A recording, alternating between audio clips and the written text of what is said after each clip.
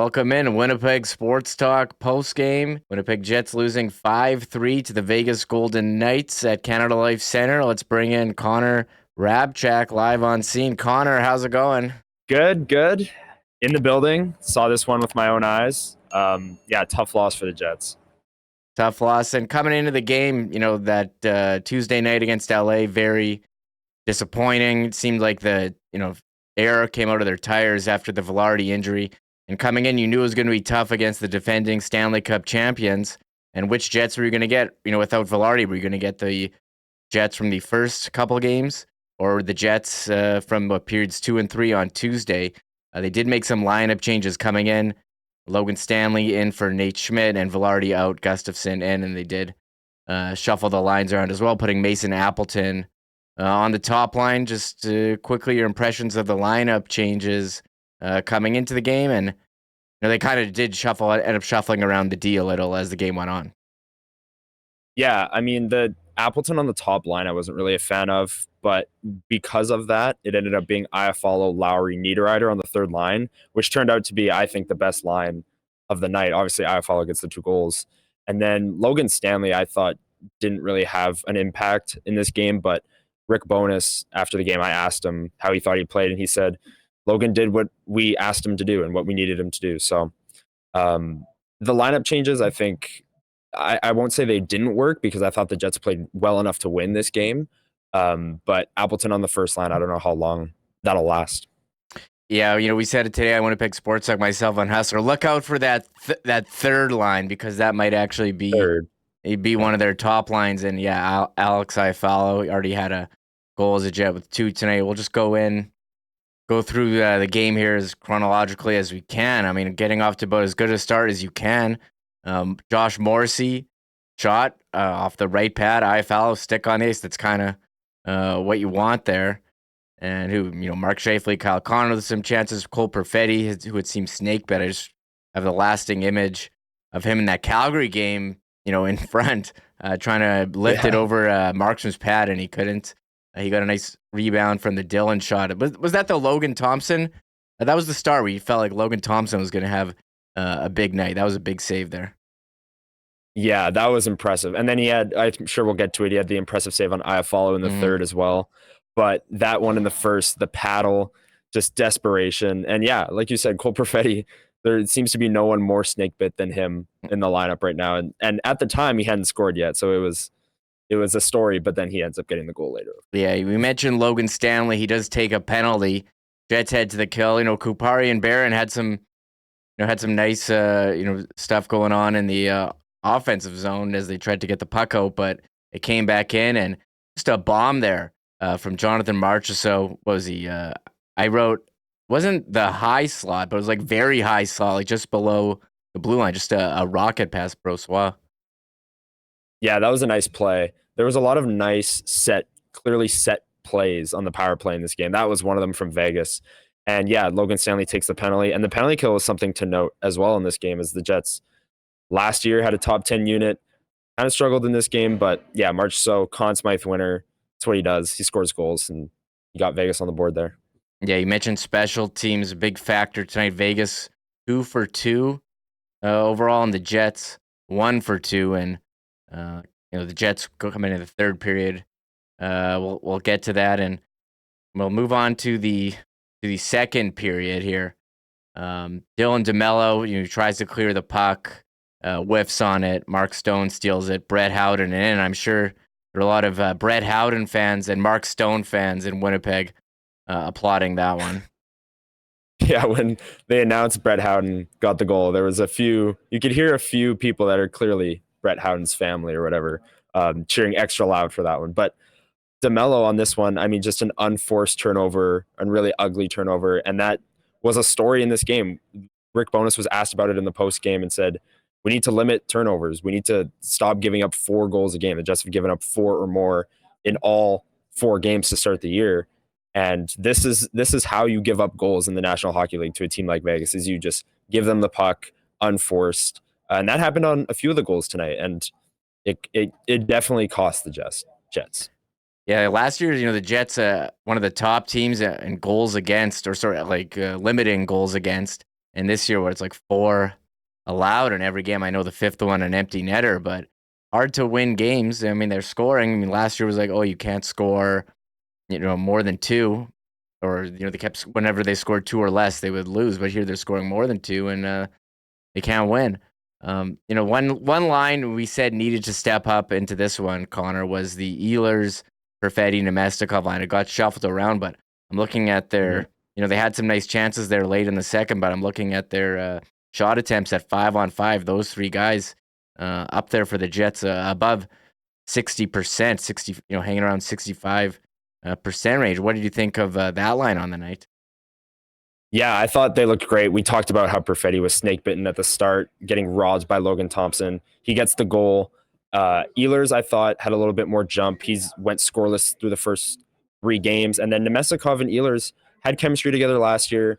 It carried over into this game, and they need that line to score, because if the third line is going to be as effective as it is, then the Jets are using their depth, right? And the Jets are a deep team. Even without Gabe Vilardi, they're still a deep team. The third line, the fourth line is one of the best third and fourth lines in the league.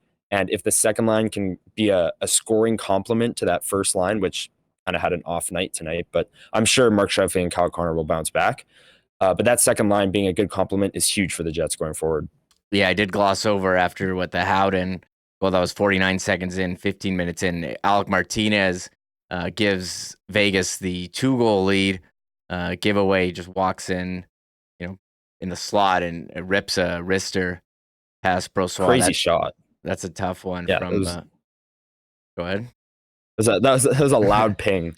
You could hear in Canada Life Center. That was a rocket of a shot.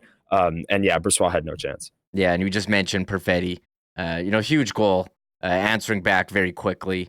Very nice zone entry from Ehlers to Nemestikov. We talked about their chemistry from last year, showed there, and Perfetti just tucks it in again. He got robbed in the first period by Thompson. That was just a nice play by number 91.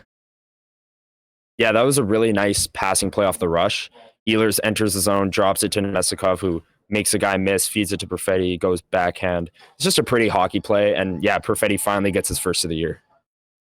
Going into the third period, Jets down 2 goal, they're down, make it down a goal, but they really put the pressure on Vegas, and Logan Thompson, man, he put on a show. We mentioned Perfetti, the Iafallo one, pretty crazy. And Iafallo, what he said, he didn't realize that he was the opposite hand of that everyone's used to shooting on. But Rasmus Kupari had a nice game as well. He had a chance there. Scheifele, Morrissey, Connor, Appleton, I thought, had some pressure. Ehlers found Nemestikov in the slot, and Logan Thompson again. He's making some big saves, and I'm looking, and the Jets are out shooting Vegas 28-18. They really brought the pressure early on. They started that period. Yeah, they started that period 10-0 in shots. So the Jets came out with incredible jump to start the third, down a goal. It's exactly what you wanted if you were Rick Bowness. And that's what he said in the postgame. That's exactly the start we want to the third period. Iafallo said it was really fun hockey to be playing. Everyone is on the puck, forechecking hard. They're getting a lot of chances. But Logan Thompson is up to the task. And, Cam Talbot had a great game in the first period when the Jets were putting a lot of pressure on against LA. And then you come in and Logan Thompson has a great game as well. It's just, it seems like the Jets are getting all these chances, all these shots, and running into hot goalies. If that keeps up, then it's not the goalies, it's the team. But for now, it seems like the Jets are doing all they can and just aren't getting the luck. Yeah, don't forget Markstrom in game 1 too. He had a great game, and I mean, they're getting great chances. I don't know what more you want them to do on something like the Iafallo chance there, the Perfetti chance. Like, they're getting straight robbed. So I'm not willing to say, the Jets are taking like poor shots. I mean, you look at shot attempts 5-on-5 here in this one. The Jets had the advantage of 59-50, high danger scoring, 13-8 at 5-on-5. They, as you said, played well enough to win. Logan Thompson shut the door, and I thought they kept bringing. We're getting into talking about penalties. I thought Mark Scheifele, he burned a defender, and the guy gets his stick in the stomach. He falls down and goes into the boards. No call there. And Scheifele, he slammed his stick on the ice.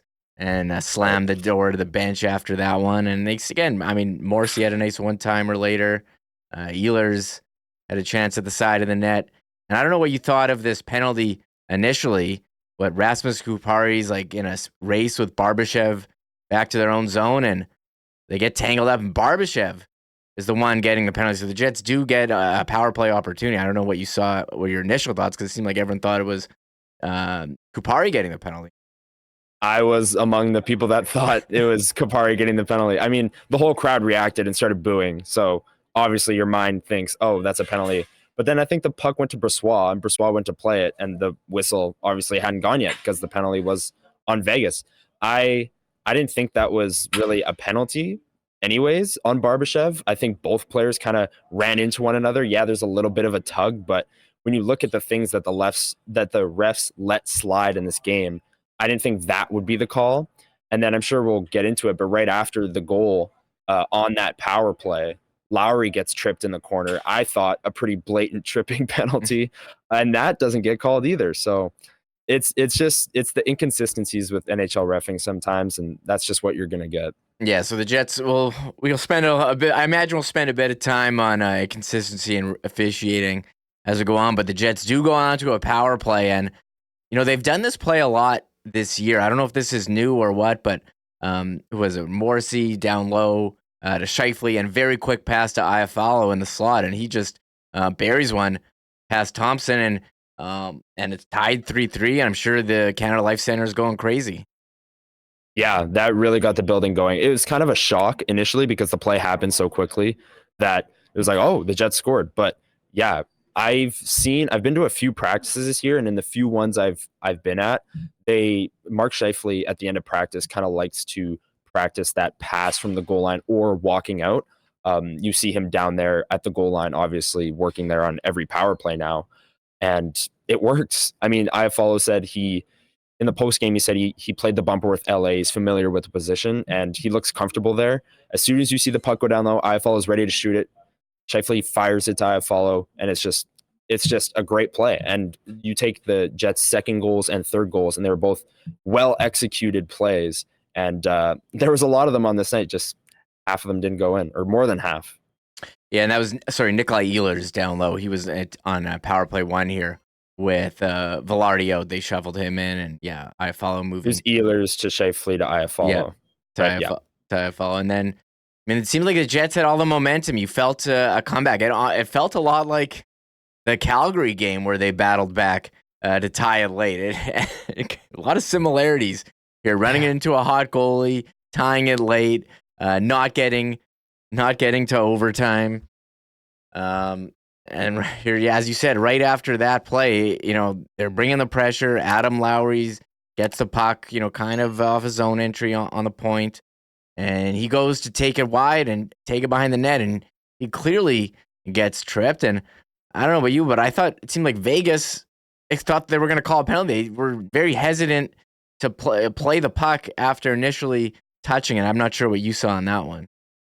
I saw a clear-cut tripping penalty. I don't know how that went uncalled, especially the one on Kupari, or the one that Kupari drew. I thought was kind of ticky-tack, and then they score less than a minute later. That Lowry one happens. I just, like you said, yeah, Vegas even kind of let up and like gingerly went to touch the puck, and then the play's still on because they didn't call it. It's again the inconsistencies with NHL officiating, but what can you do, right? The Jets were dominating at that time. Like you said, they had all the momentum. They were coming off a goal. It looked as though they should have gone back on the power play. They ended up not, and they end up losing the game. You could see they were frustrated, I think, after that. There was a play. The play went down back into the Jets' end, and Josh Morrissey jumped into a guy into the glass, being like, hey, if they're not going to call anything here, like I'm going to jump into a guy, which we know leaving your feet against the rules. And Marchessault has the puck later on, 6 minutes left in the game. Iafallo is trying to stop it, and he takes a slashing penalty. The hero for the Jets tonight, he's got 2 goals, takes a slashing penalty. It just seemed like it didn't affect the play. Marchessault was doing this with his hand, trying to sell it. I don't know. It seemed like you just saw 2 Jets get tripped and they don't call anything. And then seemed like a stick check. People like to call it. I'm not sure what was the opinion up there when that penalty went down. I honestly didn't even see it because, like you said, it didn't really affect the play. I didn't think, oh, that was a slash. Like, I didn't see a stick break. I didn't see much so after the fact. Yeah, I was shaking his hand. But Yeah. the Lowry one was much more blatant. But yeah, that's like I've said many times, the inconsistencies. And then the Jets go on the kill. They didn't kill either of the power plays. And Vegas, I think that was Jack Eichel, made it 4-3 on the short side. Mason Appleton goes to dive. That one, Canada Life Center did not like. I don't think that was a penalty. Appleton was diving for the puck, and then Mark Stone, like the heads-up player that he is, it makes a stick check while Appleton's on the ground, which is perfectly legal, and kind of holds his stick back from whacking the puck. And then Vegas keeps it in, finds the best offensive player on their team in Jack Eichel, and he does what good players do in big moments and roofs it over the shoulder of Brossoit to make it 4-3. I didn't think that was a penalty. Canada Life Center definitely did. I think that was a little bit of carryover from the Lowry non-call, but it is what it is. And the Jets didn't kill either of their penalties in this game. That's the truth. Yeah, that was a tough one for Mason Appleton. You almost felt bad for him because he blocked a shot, at the start of that kill. And he's kind of laboring around, and they had been on for a while, chasing it around. And look, I'm not taking NHL quality shots in the hockey I play in, but I took a shot the other week, and it was hard. I mean, my leg was Still purple. hurts. Still hurts. I tried playing I had to take some time off, and you can't go right off on that situation on a penalty kill because you'll get scored on. And he tried his best. He tried to get out, and maybe Stone turned his stick over and hooked Appleton's stick, but I didn't think it was a penalty at the time. I was more upset about the ones earlier. But yeah, as you say, I mean, you don't kill the 2 penalties. You're giving up 4 goals. You're not going to win a lot of games.